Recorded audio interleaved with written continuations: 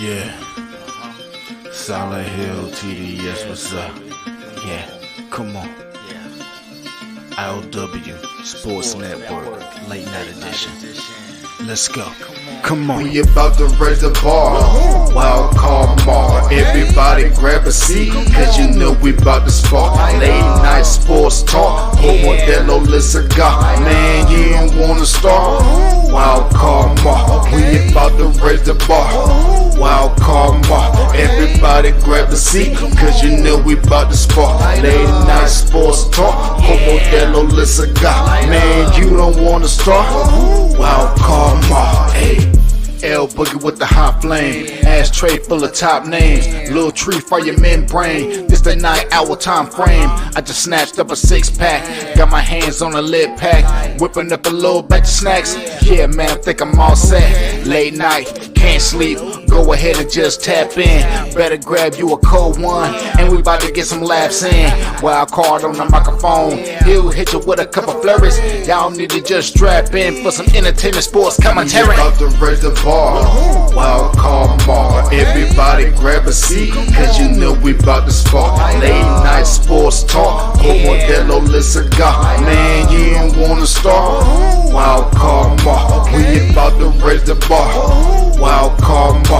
Everybody grab a seat, cause you know we about to spark. Late night sports talk, Modelo Le Cigar. Man, you don't wanna start. Wild card mar. Hey, wild card mar. Wild card mar. I.O.W. Late night sports. Wild card mar. Wild card mar. I.O.W. Late night sports. Wild card mar. Wild card mar. I.O.W. Late night sports. Wild card mar. Wild card mar. I.O.W. Late night sports. Hey. Give me a second, let me light up real quick. Ladies and gentlemen, boys and girls, people of all ages, welcome to the I.O.W. Sports Late Night Hour Edition, hosted by Mr. Modelo himself. You already know the name by now. You know what I'm saying? Wild Card Mar. You already know the vibe. Pull up, let's go. We about to raise the bar. Wild card mar. Yeah. Hey, we about to set the bar. You already know what it is. Welcome on the building, episode 376, I.O.W. Sports Late Night Hour Edition. I know, forgive your boy for being tardy. I'm on real CP time. It is what it is. But I'm still here to deliver you great sports content. And I got to give a shout out to, of course, my guy 40, Silent Hill, TDS. You see it, Hitchhikers, YouTube. Go holler at my guy. He made the dope intro for the podcast. Love, respect, my brother. But you know what it is. Tap in with us. I.O.W. Sports Network, Facebook, Instagram. Most importantly, the YouTube channel. Like, share, subscribe, share the word, pass the word. What we got going on in this I.O.W. Sports movement. And man, hey, we're going to talk sports. But hey, it's not often that I get guests on the late night hour show. But this one right here, hey, we've been trying to make it happen for a minute. Hey, God must be working. That's all I know. God working. All right, because he brought my man here. We gonna chop it up because he got the same mindset that we got over here at I.O.W. Sports 613 Fake Productions. Hey, we trying to be the best of the best of sports content creators, and I like what my guy does. He ain't never shy of speaking his own opinion. The one and only Tony does so fun. Yo, what's good, Marvin?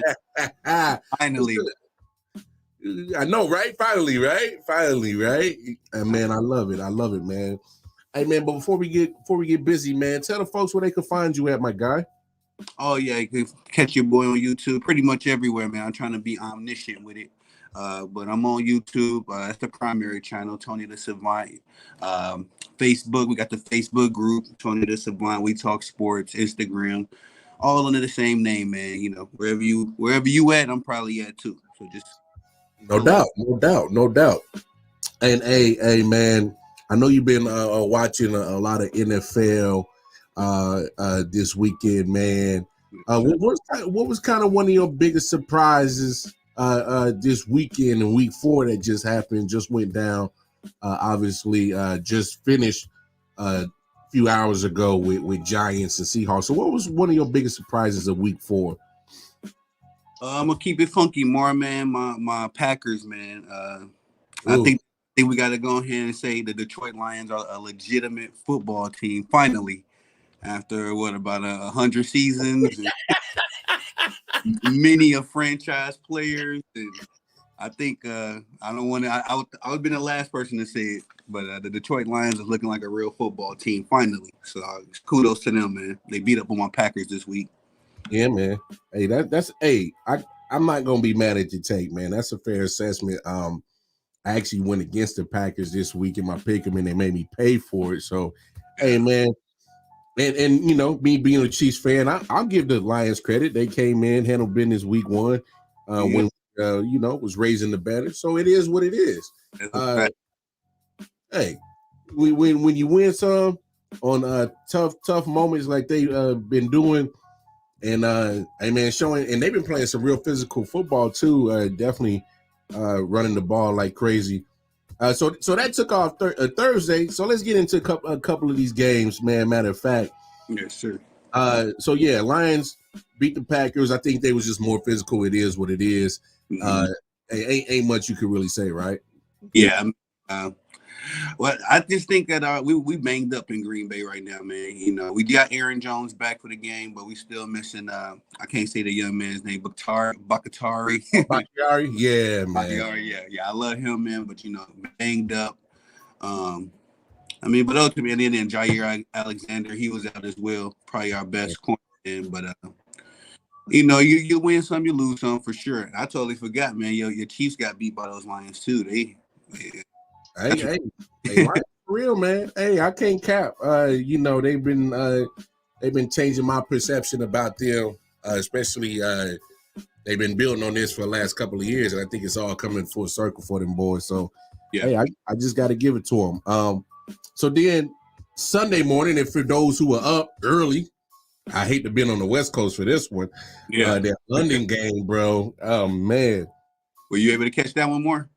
Nah, I actually caught probably about by the time I woke up and actually started getting the eye boogers out my eyes and the funk of the morning breath and all that. I probably tapped in about halfway first quarter before I turned that joint on. And hey man, I gotta be honest, man. The Jaguars needed this. They needed to face a offense that is kind of stagnant like the Falcons, so that they can get a little momentum. You know, Trevor Lawrence played better, played mistake-free, which is good for him. Hey, man, I got to be honest, dog. Desmond Ritter ain't it, dog.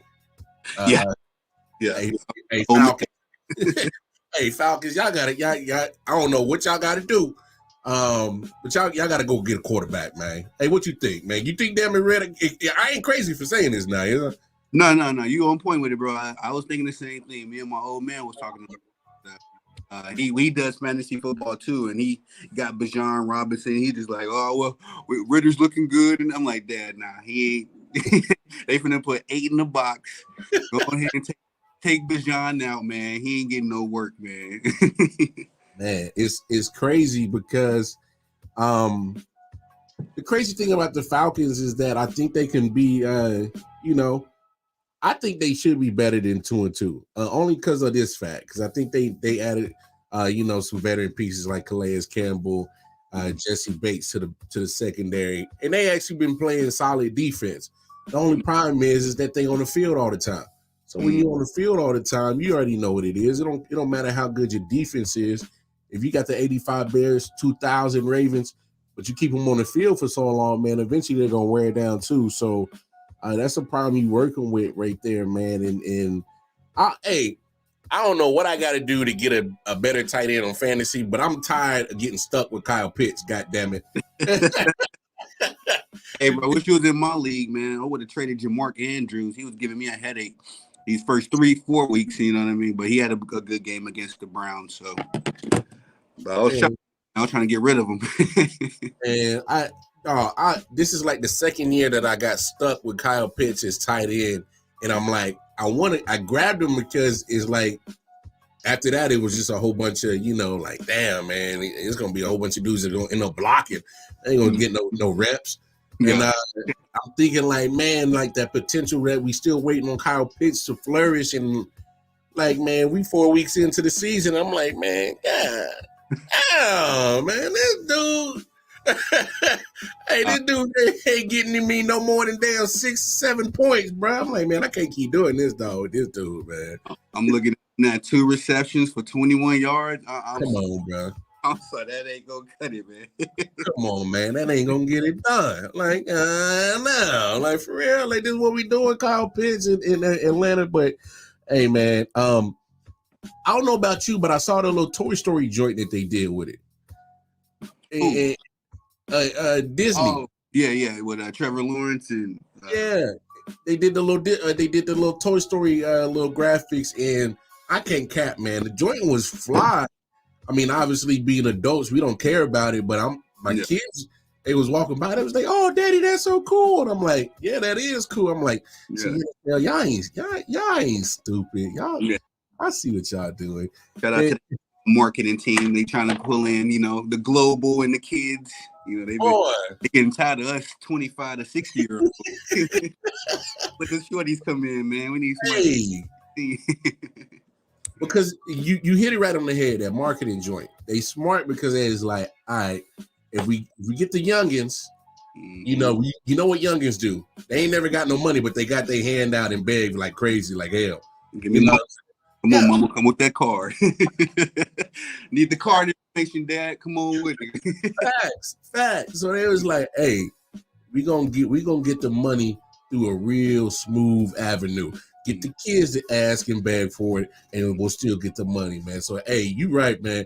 Marketing in the NFL is genius. There's a reason why the NFL can have a down year. They had a down year in COVID and still pulled in billions of dollars. It's because they do shit like this. They find a way to market the sport to not just one demographic, but to many demographics at one time. And I don't know about you, but I got to speak on it, bro. Like, I don't think there's a coincidence with this Taylor Swift shit. I don't think there's no coincidence. Oh, no.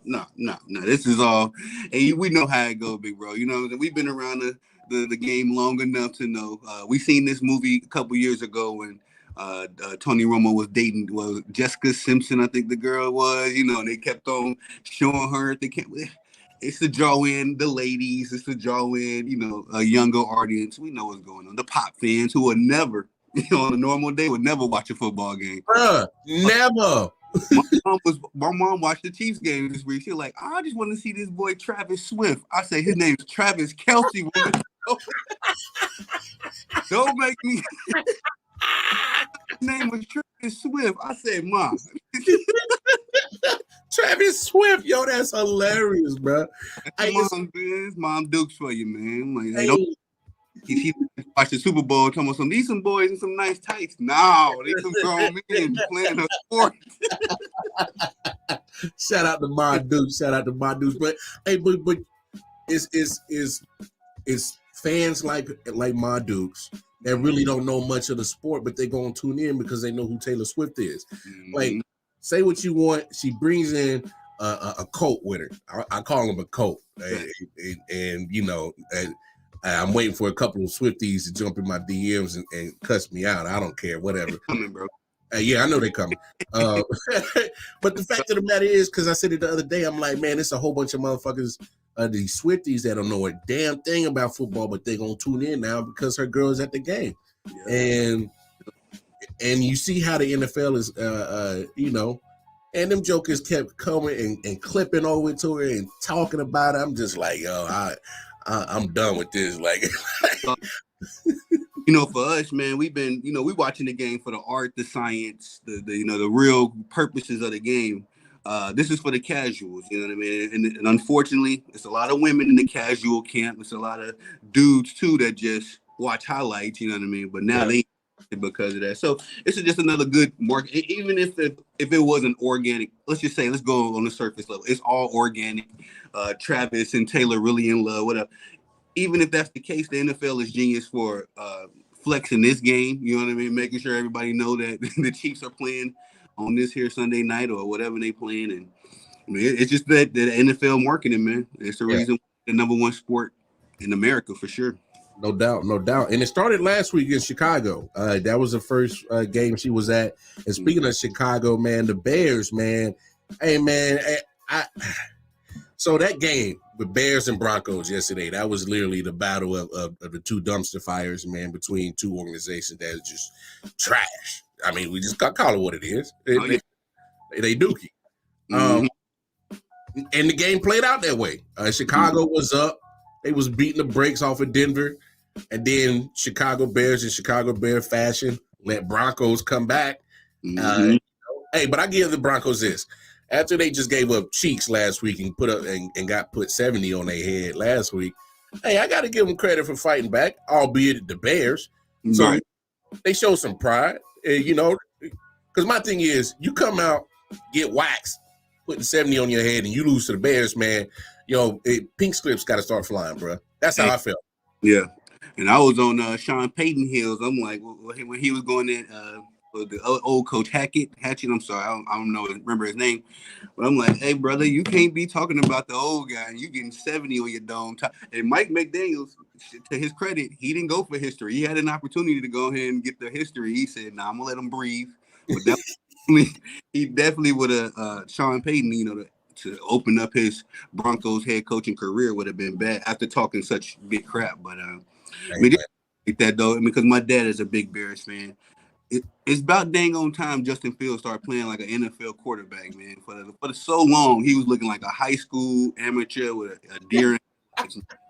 And I was on my dad's heels. My dad got Justin. He loves his Bears, man. He was around when it was winning, so of course he loves them for that reason. But I was telling him, man, like the one highlight y'all got from that, you took an L, but Justin Fields looked like a dang on NFL quarterback this game. 4 touchdowns. I think he had a pick.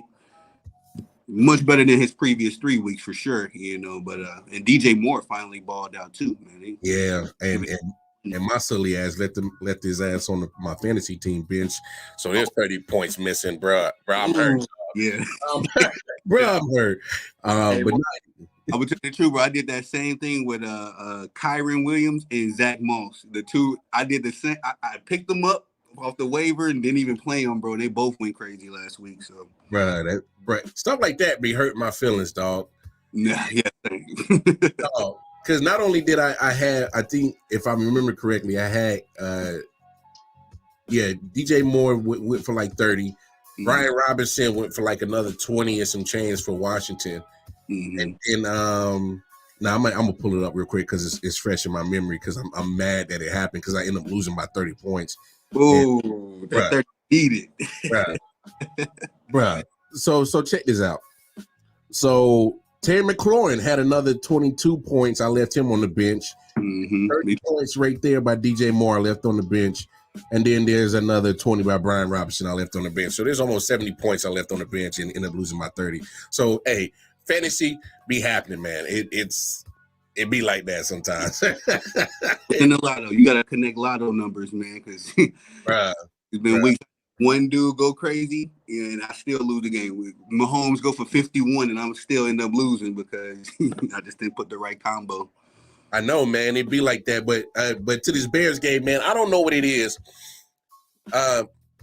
When you see coaching decisions like Matt Eberflus, what he did when he was in field goal range, it's probably like 2 minutes and some change left in the game.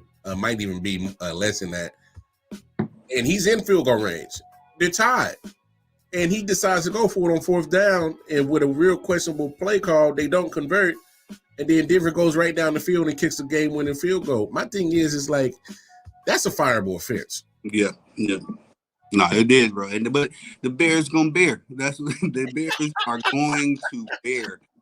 And it don't matter. They can fire this coach. They can hire the next guy. They can fire this coach, hire Bill Belichick in the Bears organization. It starts with the ownership. You know what I mean? And I ain't gonna lie, man. Being from Chicago, it starts with the city. The city of Chicago need prayer, man.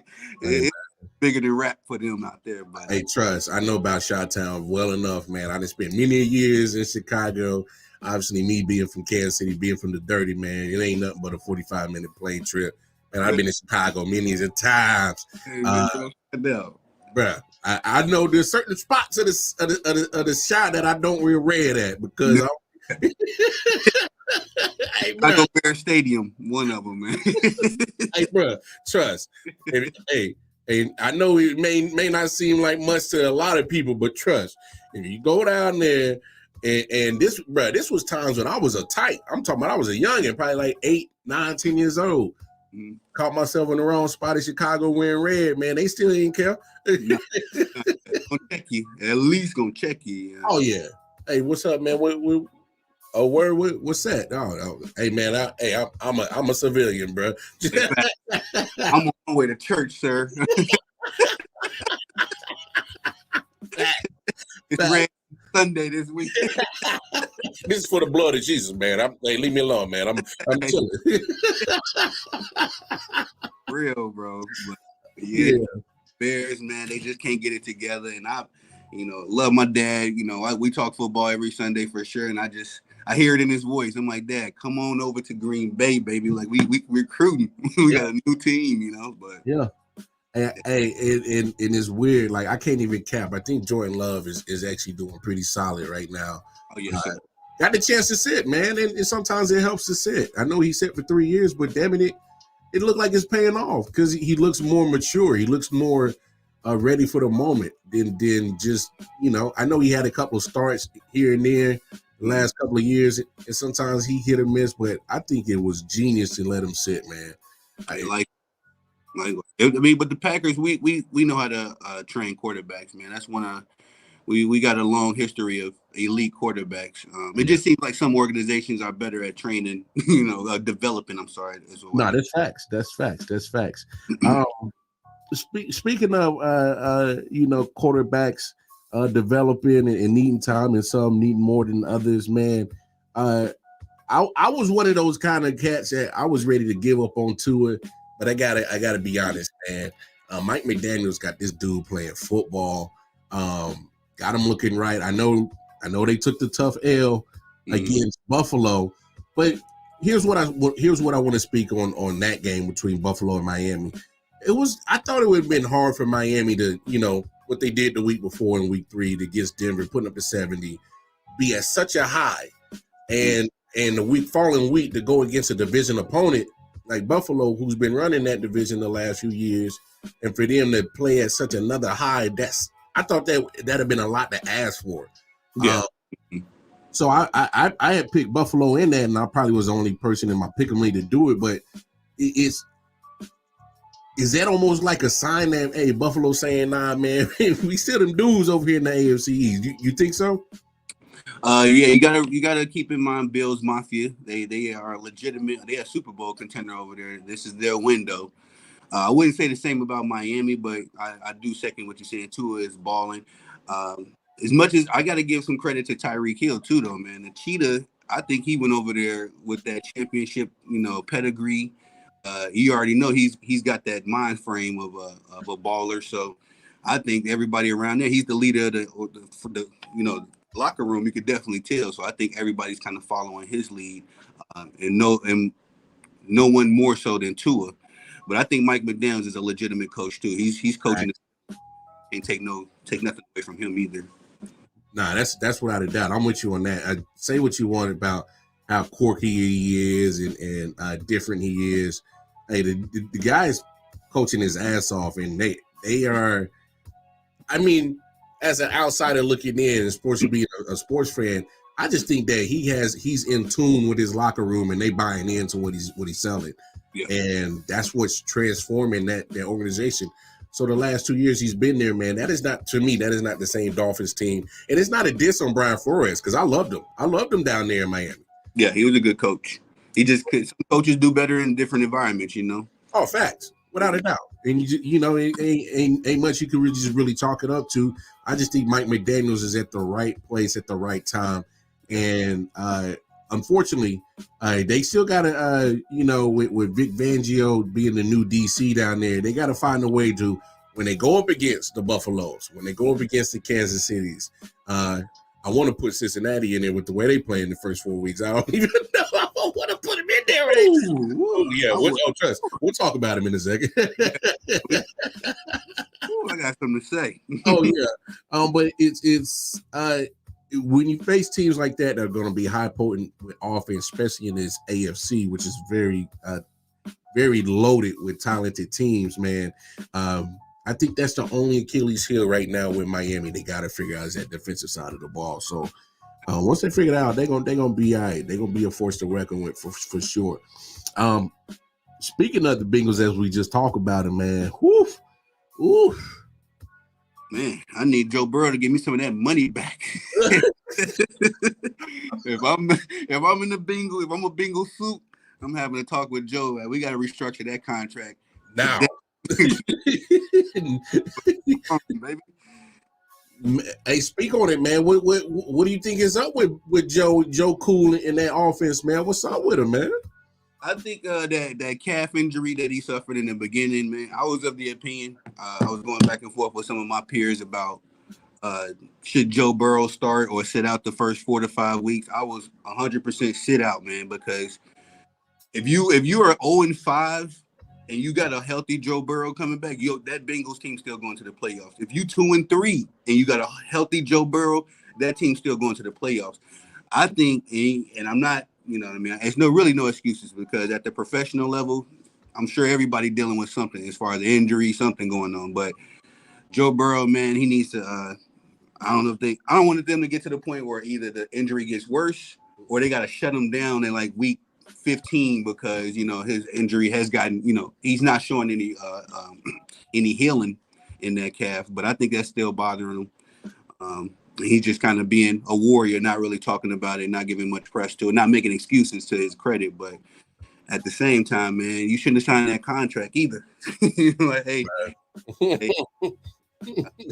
I hate to say that too. I'm pro player when it comes to their money. Oh yeah, always their money. You know what I mean? Especially see, but here's the thing: with Joe Burrow's case, the money was coming regardless. So you know what I'm saying. So in his case, it's not like. Even if he had a bad year this year, like Cincinnati wasn't going to pay him. It was like, bro, you done already got us to 2 AFC championship games. You done got us to a Super Bowl. The money was going to come for Joe Burrow regardless, in my opinion. So I didn't even think that they even needed to even sign him to that extension at that point in time, but it is what it is. Yeah. Now, but when it comes to the field, bro, you said it perfectly. I'm with you 1,000,000,000%. Bro, how much sense does it make to have Joe Burrow in these first few weeks of the NFL season when you got 17 games? You got 17 games. Mm-hmm. I'm with you. Even if you go 2-3, even if you go 1-3, 0-3, I'd rather have my team in the hole at an 0-3, 1-3, 2-3, knowing that, hey, man, my guy coming back. And when he coming back, he about to... You see these flames behind me? Scorch the motherfucking earth. That's what he's finna do. Mm-hmm. You know what I'm saying? So I'm with you 1,000,000, 10,000%. Joe Burrow does this team no favors playing the way he is right now, hurt. And now they're 1-3. You in a tough division in the AFC North. And I ain't even talking about the whole AFC yet. You in the AFC North, which is already a gauntlet out as it is. You see every team is going to battle. Mm-hmm. Every team is tough. I mean, even the Browns, shaky, shaky looking. They 2-2. Mm-hmm. I know. The Steelers looking a little shaky, but they 2-2. Mm-hmm. Ravens is 3-1. Mm-hmm. And now you 1-3 at the bottom of the division, and your top dog is not playing well because he's playing hurt. Yep. To me, it made no sense, man. It's a trickle-down effect because now T. Higgins been playing like, well, I ain't gonna say he's been playing like hot garbage, but he ain't getting his targets. Jamar Chase, I don't know if you've seen his interview, man. He was pissed off. So now he's mad. Yeah, you could have just sat out. Everybody could have been on the same page. All right, we understand. We may not eat like we was eating, but when Joe get back, you know what I'm saying, we make enough of loss. But now, you know what I mean, everybody pissed off, and ain't no telling what they really saying. They only let us so much in their frustrations. What they saying to each other behind the behind the cameras. I can only imagine. But I wanted to give some shout out to the Titans, man, because what's his face? Derrick Henry finally is looking like him old himself. I was getting kind of worried. Not that he ever wasn't, but you know how they do running backs, especially when they start creeping up on that 27, 28, 29. They just act like you ain't never did nothing. But like you done. yeah, like hold on, man, this Derrick Henry now. But he definitely made a resurgence. Went for that 100, I think he went 120 yards in the score. 122. Yeah, and that's only 22 carries. So Yeah.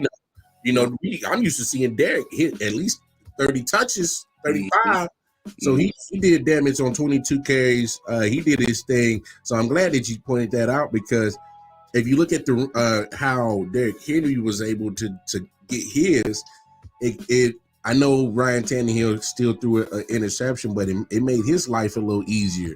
I mean, 18 or 25 is pretty efficient for 240 yards. Yeah, you got the pick. He got a touchdown, but that was a better looking game from Ryan Tannehill. So say what you want, man. And hey, man, I'm glad you pointed that out, because we see how they treat these running backs nowadays, man.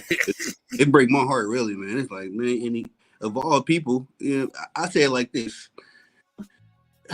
You know the owners got the money, man, and you gonna waste your money on somebody anyway. I mean, they give all these other dudes now, unless you trying to save money for the lineman or your quarterback. I don't see no other excuses. These wide receivers getting injured like anybody else. Tight ends get injured like anybody else. So it kind of break my heart to see what's happening to them, but it's the nature of the beast, man. You know. Hey, nature, it is. Let's go on to another game, because I got to talk about this, man. I know he's been kind of playing a little bit better, but hey, I went out on a limb. I was like, MVP LJ8 out in Baltimore. I've been saying it before the season started. I'm saying it again. I think Lamar Jackson is going to have an MVP type season. And what he did against Cleveland, which was statistically the number one ranked defense. 15 and 19. They didn't ask him to throw a lot, but threw 2 touchdowns, had 186 yards. But my man, 2 more touchdowns on the ground. Yeah. That's the thing about LaMarcus, man. He gonna eat on the ground. He's such a dual threat, but I'm waiting to see what LaMarcus do in the playoffs, man. He's starting to get me a little nervous, a jitter, you know what I mean? Because he balls out in the regular season, but when them playoffs come around, it's like, where is the MVP? Now you're right. It makes me nervous. So as much as I like to see him do what he's doing, we've seen this movie before. You know what I mean? He's had a better season than what he's having now. I'm just waiting, and I don't want to sound too premature, because I feel like I'm kind of hating on him right now. But I've been watching him since he was at Louisville, and I loved him then. You know what I mean? For real. Yeah, I'm with you on that. So let me ask you this though. I know Deshaun didn't play yesterday. Yeah. But is it me? But it's almost like that hangover of what he did in those 6 games last year kind of carried over this year. Mm-hmm. It's like you see the flashes of the old Deshaun in there, but then it's like, damn, man, I still seeing some rust on him. So it's like, is that a fair assessment I had that, we're like, man, Deshaun's still looking kind of a little rusty, man. He is. But you know, tell you the truth, big bro, I think that Nick Chubb injury just took the I think Nick Chubb was the lifeblood, the heart and soul of this team. As much as talented, as good as Deshaun is, he was the new kid he was kind of getting ingratiated. He was going to eventually be a part of the Cleveland culture, but Nick Chubb is a statesman there, definitely their best running back, and when he got injured, I kind of just felt that it was like that Aaron Rodgers effect too, you know what I mean? How just the team just looked different instantly. One play later, the whole team looked different, so sad to say that as much as Deshaun is kind of mid right now, I think the real heart and soul was Nick Chubb, and as he went, the team went, and now he's not there. They got to refigure out their identity. That's fair. That's a fair assessment. That's actually a good assessment, man. I know they brought Kareem Hunt in, and he got some tread left on the tires, but Nick Chubb is easily you talking about top 5 running backs in the league. So when you lose a talent like that, man, it's an adjustment that you got to make quick on the fly. And of course, you as teammates seeing that injury on the field right there in live, that impacts you a little bit as well. And at some point you got to, block that out and get back to playing ball. But hey, man, that's a great point right there. I didn't even think of it that way. let me ask you this, man, because let's go to Commanders and Eagles. I know the Eagles are 4-0. I know they are. Mm-hmm. But I don't know about you, but they are not the prettiest 4-0 team that I've ever seen. Oh no, they getting back to their roots, man. They getting back to that ugly football in Philly, man. You know, I can't stand Philadelphia fans from the 76ers to the Flyers, the hockey fans. They all just annoying, man. You know, because they don't think they nothing. They don't. I used to do better rap more. I'm gonna get a little, and I used to always, be dealing with East Coast dudes, and everybody's pretty, New York dudes are annoying, but them Philly dudes are cocky to no end. Philly boxers are cocky. The Philly thing. So I hate to root for him almost, but I do love Jalen Hurts. I like Swift. I like Devontae Smith. I like AJ Brown. Their whole squad is just nice, man. So it's hard to root against them. Yeah. They playing ugly football, and this is what I feel like. I got Philly winning. I had Philly and the Bengals going to the Super Bowl. But I just think they getting back to that, just some ugly football. However, we got to win, we going to win, because Jalen ain't really airing it out. Defense ain't really elite, but they just make the right plays at the right time. Yeah, I think that's a fair assessment because this defense, man, I mean, you look at Washington, you look at Minnesota, they was able to put some points and get some yardage on them on the Philly defense. So I'm not ready to sit here and say that Philly's defense is locked down at certain points in time like they were last year, where they were just absolutely dominant. Now, I give them credit. They went down to Tampa Bay last Monday night and they put a whooping on the Buccaneers, and they showed their defensive potential of what they can actually be for the rest of the season. But I'm looking at a game like yesterday when they went against Washington, and you see that Jalen Hurts, 25 of 37, 319, 2 TDs, and of course, always look out for AJ Brown as he put a $175 and 2 TDs on Washington's defense. So that's what you're looking for, man. That's what you're looking for. So I got to give them credit right there on that. Smitty, what's up? Smitty, my man says Sam Howell is just him. Simple as that. I know you trolling, Smitty. I know you trolling, but Sam Howell actually didn't do too terrible against that Phillies defense. 29 or 48. Hopefully he can be a little bit more accurate. 290 yards, TD, no interception, which is what you like to see from a rookie quarterback for sure. And he took care of the football. The only problem is when you see 5 sacks against him. That kind of sucks because, I mean, hey, Philly led the league in sacks last year. So, I mean, they just did Philly things when it mattered. And but I give Washington credit. They fought hard and took that game into overtime and could have gave Philly their first L. And I was surprised that even happened. Yeah.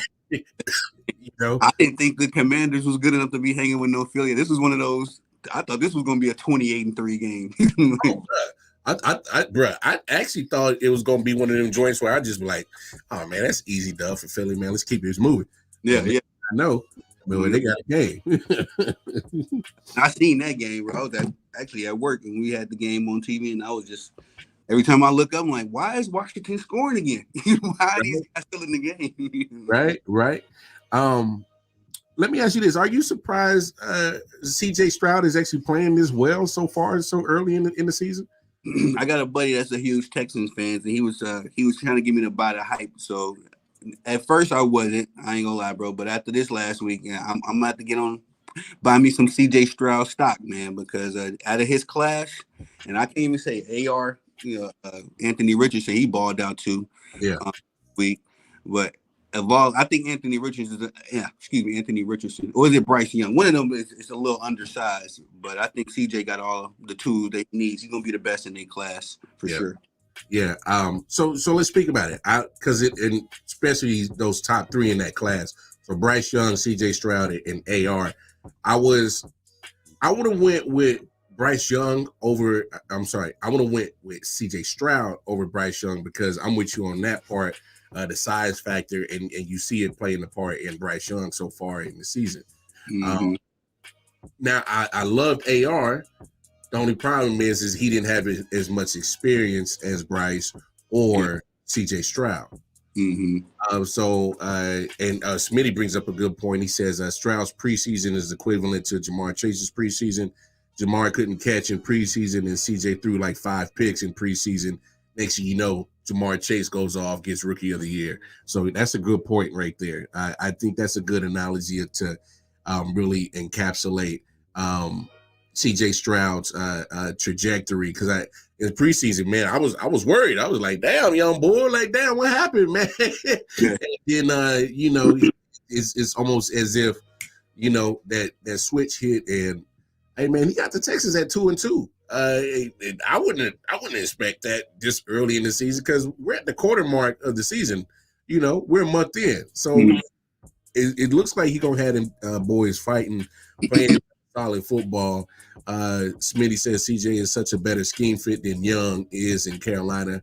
I was shocked when Young went 1. Hey, me too. I was actually surprised that Panthers decided that Bryce Young was a better choice over CJ Stroud and Anthony Richardson, because there's so much potential with Anthony Richardson because of his size and his athleticism. You don't see that type of size and athleticism at quarterback.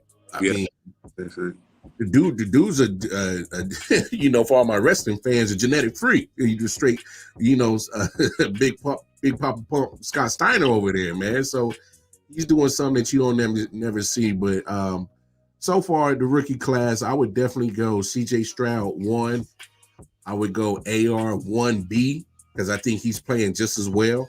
Good. And unfortunately, he had to miss 1 game because of the concussion. So he has to manage his hits as a mobile quarterback. He got to manage that.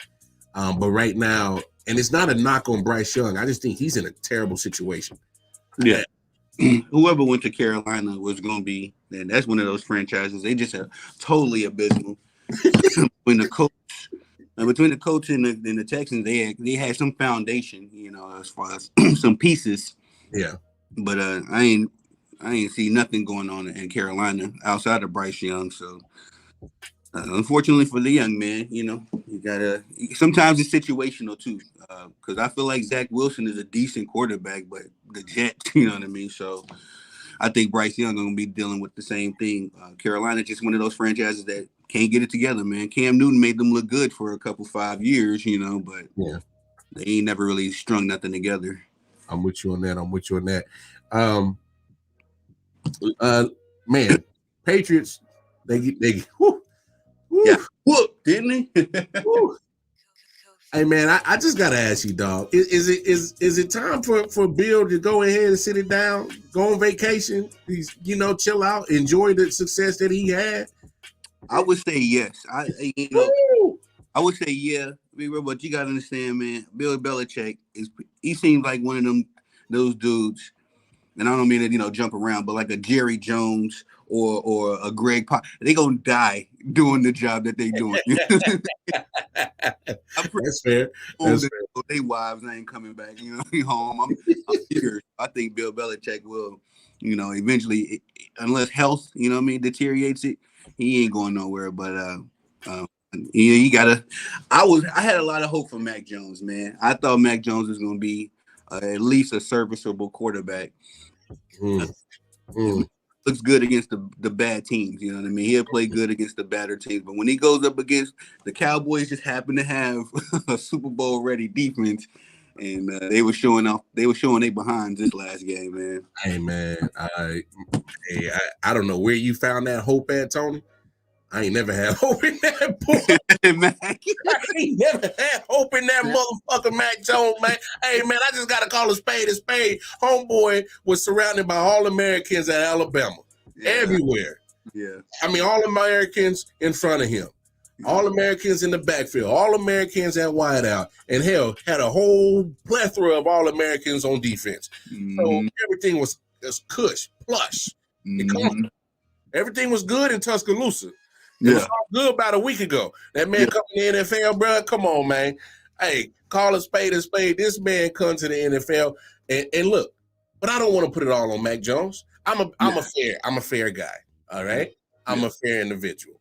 Now the dude is trash, but now Bill Belichick ain't helping him. And that's what Bill's supposed to be doing. He's supposed to be putting your players in the best positions.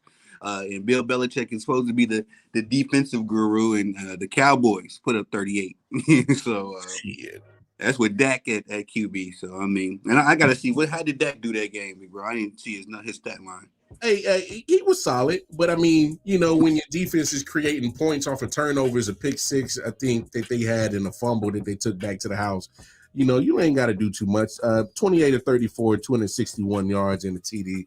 So, solid numbers. But I mean, it's like, oh my gosh, like I can't put too much emphasis on when it matters between a player's potential and in their situation, because I'm with you. Belichick needs to do better on helping Mac Jones in this situation. Justin Fields has the talent. I think he needs to be in a better situation and you can get the full potential for him. Zach Wilson, I'm the same way. I think he does have talent, but we got to remember he went to a piss poor Jets team that actually had nothing around him, and now that they got the talent but they built that up for Aaron Rodgers. Right. So now they got to get in the mindset of, okay, well, Aaron ain't coming back. Let's start getting behind Zach Wilson, and I think that's what you saw in that Sunday night game against the Chiefs. Yeah, they finally let it open. They said, "Hey, man, open this playbook. Let him cook. Yeah, let lose. Let him loose." And look, I'll be the first to admit he outplayed Patrick Mahomes. But here's the backside. Last Sunday night game. Yeah, but here's the backside of it. He still does Zach Wilson things. Yeah. Yeah. And that's the thing. I agree with you, big bro, because I'm trying to think when Jared Goff. I'm trying to think of that coach Fisher. Remember who Jeff Fisher for yeah. And there's no better example. And this is kind of off topic, excuse me, but just situational things. As soon as Jeff Fisher got fired and Sean McVay came in, the Rams was looking like one of the best offenses in the league. All of a sudden, you know what I mean? So that's how quick situations and these quarterbacks can, that's how quick situations can change. And sometimes these quarterbacks look better when they're in better situations. But I mean, I gotta go ahead and agree with you, big bro. Mac. I think I was buying into the Bama hype. You know what I mean? Just was looking at all of everybody else and was thinking that he was going to translate into the league. But yeah, man, it was exposed season in Dallas this week. Cheeks got split open, bro. I mean, I ain't even gonna cat with you, man. Yeah, but I love your analogy or your example that you gave about the Jared Goff, because it literally does speak to how that coaching part matters. I mean, it's literally, probably the best example that you could give of how quick situation and coaching matters especially when it comes to these quarterbacks. Because I think that's what the NFL wants. They want the quarterbacks to succeed. You can see how they pay them in the disparity and pay ranges between quarterbacks and everybody else. So we see what it is. So, but here's one quarterback that is doing himself some favor, and that is Brock Purdy. This man came for some reason. Brock Purdy looking like Brock Brady, baby. That man falling. Bro, do you know I picked that man up on my team just so nobody else would? I'm like, I don't want to be going against Brock Purdy and he in one of them zones, because he just can't. Brock Purdy is automatic, man. And I forget who. That was one of the mainstream guys. He was like, Brock Purdy processes information like a computer, man. You know what I mean? You got to think he was Mr. Irrelevant. He came in with a chip on his shoulders, and from that day, they gave him a start. He said Trey Lance up out of here. He said Jimmy G up out of here. This kid has proven himself, and like I was saying about CJ, man, I had to wait and see before I put my investment into him. Like, I'm very high on the Brock Purdy stack right now. No, I mean, this dude went 20 of 21 yesterday, dog. I mean, college stuff. That's college. and look, I get it. San Francisco's running a very West Coast, offense type where, hey, get the ball out your hands, get it to your playmakers. But still, you still got to get the job done. Yeah. And he did it last year for what we saw. Had the injury in the NFC Championship game. And honestly, man, I ain't even gonna cap with you, Tony. When I saw the injury against the Eagles in the NFC Championship game, and they was talking about how long it is to recover for that, they're talking about like 5-6 months. So I'm like, that puts you right at training camp, going into training camp, and next thing you know, Hey, he was right there. I didn't know how his elbow was going to take coming in, and this dude looked like, man, I don't know what y'all was worried about, but I'm good, dog. Yeah. So I say Brock Brady, man, because he's doing stuff defying logic, and we talking about from him being drafted to his production to, but he really, I don't think he lost a game yet, has he? I don't as a starter in the regular season. No, I don't think he has. Yeah, other than his playoff loss, but yeah, I ain't, and that's why I say, man, I'm not a hater. I'm not gonna sit here and be like, I'm never really cheered for the 49ers, but I want to throw this out there too, big bro. C-Mac, Hey, if anybody in the league that's not a quarterback gonna win the MVP, I'm gonna say it's gonna be Michael Parsons or C-Mac, man, because these two dudes. I mean, I'm gonna give C-Mac his flowers because we already got the C-Mac is looking like. I mean, he's already a good running back, but he gets them receptions too, man. And it just seems like every time he touched the ball, it's a net positive for the 49ers. Hey, check this out. So 7 catches on 8 targets, 71 yards, averaging 10.1 yard reception. That's just his reception numbers yesterday. It's not fair. His reception numbers. Bruh, Tony, there's wide receivers that want that stat line. Yeah, exactly. You did. And not only did he put up that stat line as a receiver, I'll just throw in 20 carries, 106 yards, 5.3 yards a pop, and let me throw in another 3 touchdowns on the ground. What? I was doing my very best to get C-Mac on my fantasy team. I knew if I had him, boy, I was gonna be on autopilot. I ain't even gotta look at who I'm starting this week. C-Mac. Hey, I got to give John Lynch credit because when he made that trade, a lot of people were looking like, yo, man, you about to get the most injury-prone running back. You going to get him, and you better hope whatever you get out of him that's what you're going to get.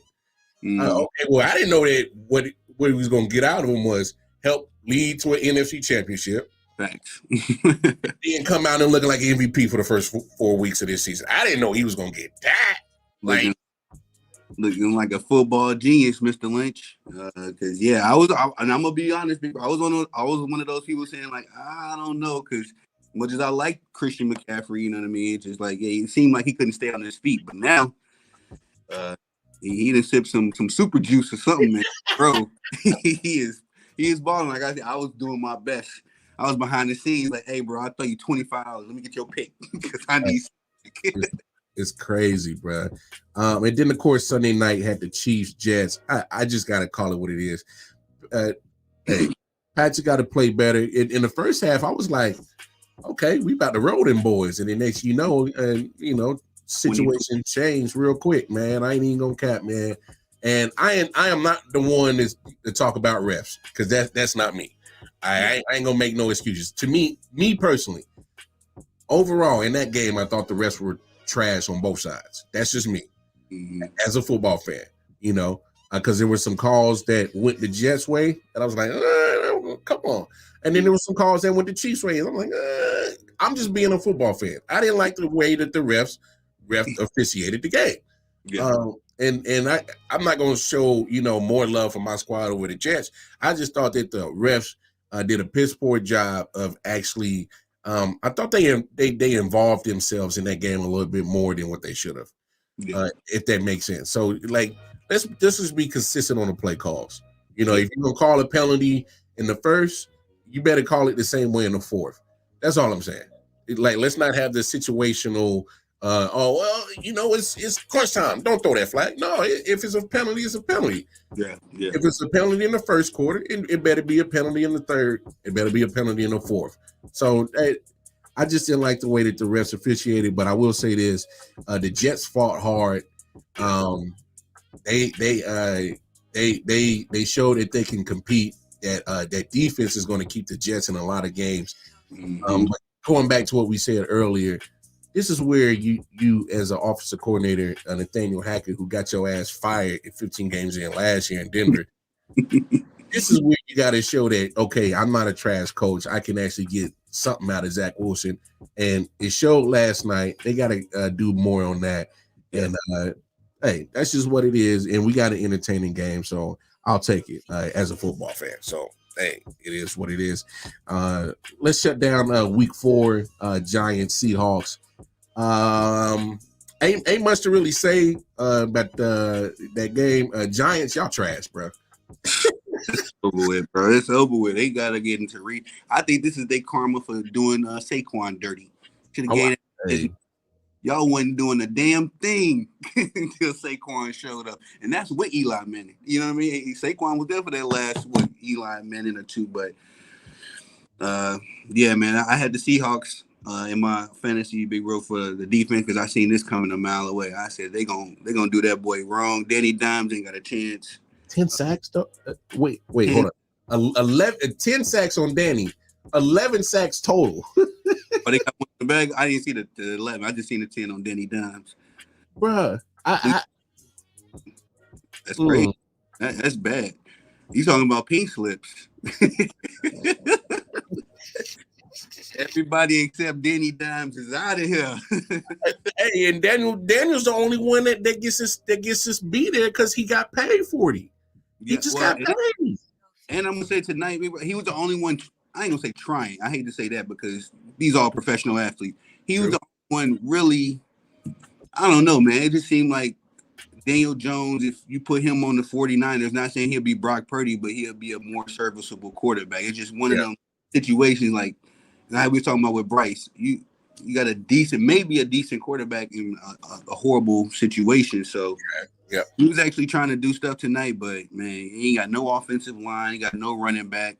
I know that kid, what's number 12? Well, Waller. Yeah, he's supposed to have been something, but he ain't really been doing nothing. He balled out against me, my boy. When he had a fantasy football, of course, he had a good game then. But I feel bad for Daniel Jones, but it is what it is. It's a business, and the Legion of Boom, it was just hitting him. You see that pick 6, bro? That was heartbreaking. Hey man, Witherspoon from Illinois, man, boy, he looks good as a rookie cornerback, and then you add to what they brought in last year with Tariq Woolen. They look like they're gonna have something on that defensive back end for sure for the next few years, man. Didn't they just get Adams back too? Or did he?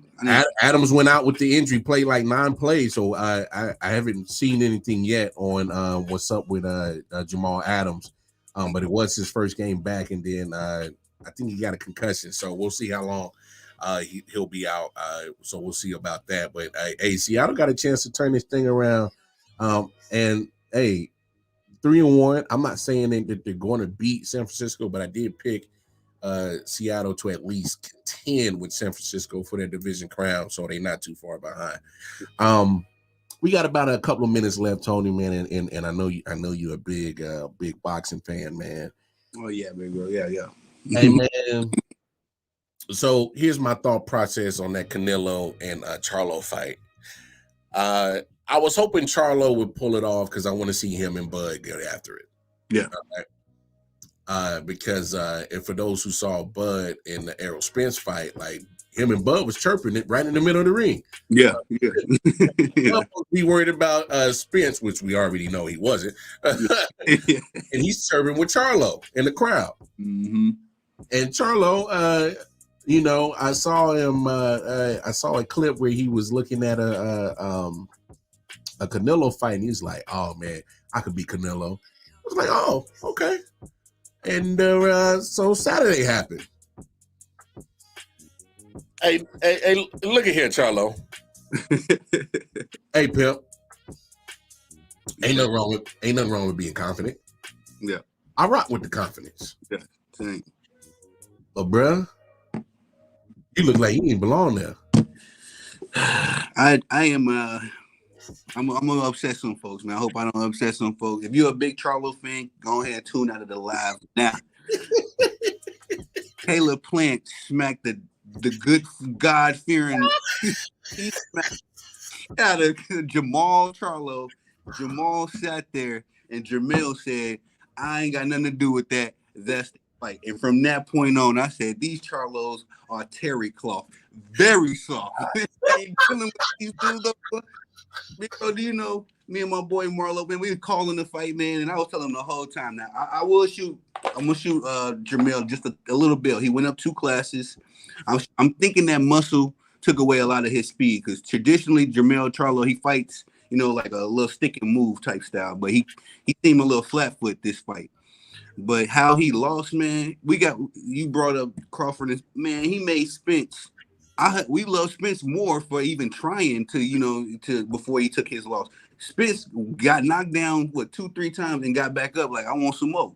Jamel was running around just and he a fanboy of Canelo's. I'm not sure if you know Jamel Charlo's history, but every time he talked about Canelo in the past, it's a bunch of fanboy. Oh, Canelo's such a great. You can't go in there fighting nobody like that, man, because you're gonna be too in all of them. You know what I mean? You gotta kind of hate your opponent when you boxing, but all in all, Jamel Charlo got paid, and us boxing fans got played, man. That's my that's my take for that, man. He got played, boy. Hey, one more. Shout out to the bootleg gang because I knew not to buy this boxing match. Boy. That bootleg gang on staff. Hey, link. I don't care where it's from. Korea, we here. Hey, bro. Hey, something told me. I was like, bro, don't buy that fight, bro. Don't buy it. And I'm glad I did. I'm like you, man. Shout out to the link game out there that had the links. Because my thing is like, and it's not that I don't support my peoples. It's like, because I support. But my thing is like, I kind of saw the same thing that you was where you, hey man, you can't go in there, admiring this dude. Like, right. It's because it's not like it's a person that's a scrub. Canelo been nice. Yeah. Canelo been that dude. I mean, we talking about Canelo is one of the faces of boxing. We talking about it. First of all, boxing is a dying sport. But when you still got faces of a dying sport, you still can't go in there. Oh, Canelo, you're so man. Canelo bodied you, dog. He wanted the knockout, and he could have got it too.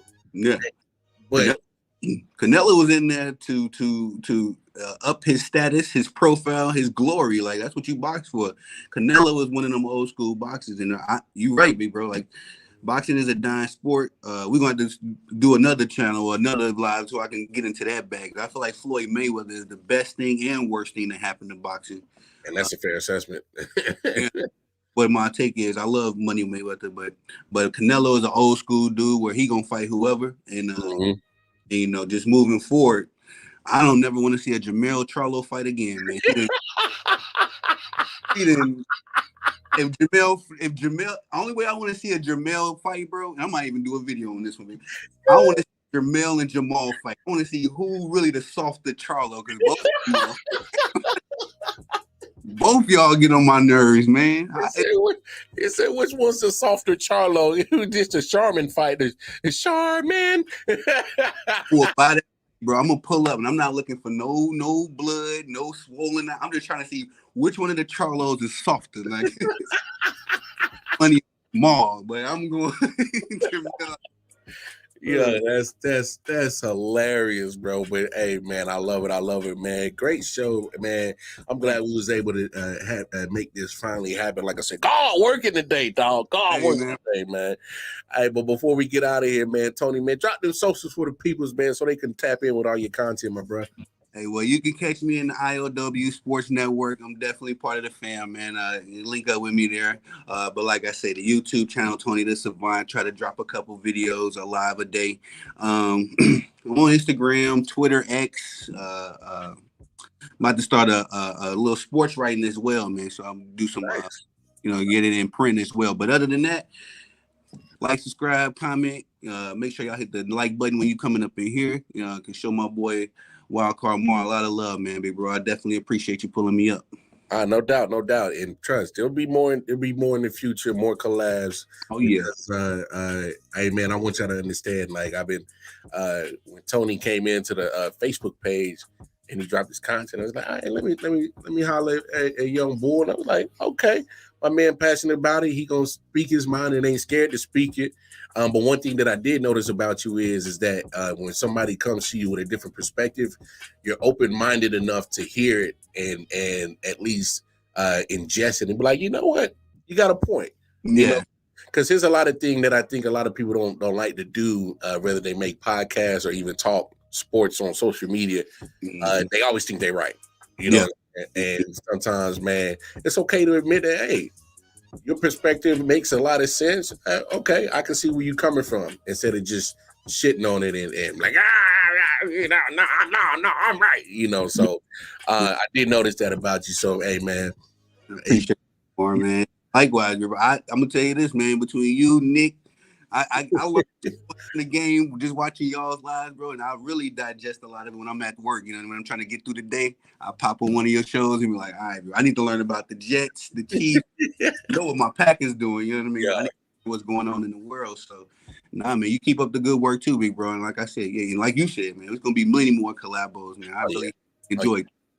For sure. But y'all know where to find Tony. Y'all know where to find me. It's all on the bottom of the screen. I ain't even gonna get into it, but holler at me on Twitter, KC Wildcard Mark, because y'all, hey, I'm all over the place. Whether here, 613 Fade Production with my fellas at D-Man K Sports Podcast, as well as In the Four Corners of Wrestling, the Wrestling Podcast. Hey, I'm everywhere. I'm always grinding. So, man, hey, that's just what it is, man. That's just what it is. But hey, tap in with Tony. Tap in with I.O.W Sports Network content. Hey, we gonna be here tomorrow. Hopefully I have my black ass on time. I was on real CP time tonight, but it's all right. It's all right. Hey, peace and love, y'all. We out here. Yes, sir. Yeah.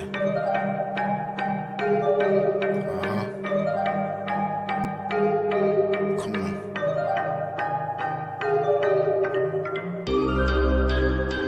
Silent Hill TV, yes. Hitchhikers.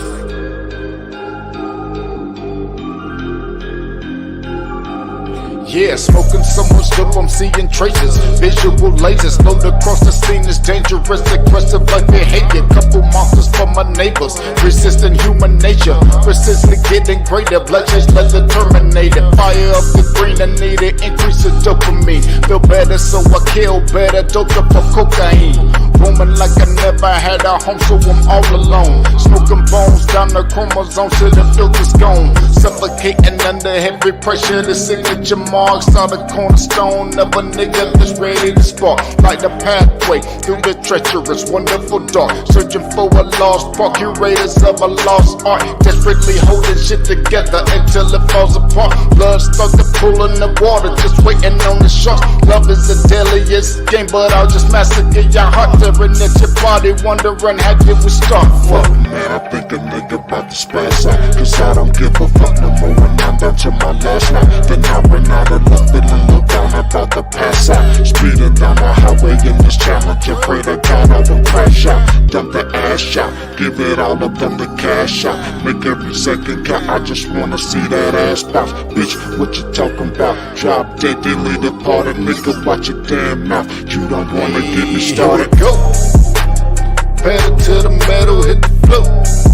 Flying through the city, and that's about to float. Grab the main, grab a shit get close. You already know how this can go, I'm about to leave. Slide through the streets and need for speed. Feel the breeze, fingers twisting up the sweet.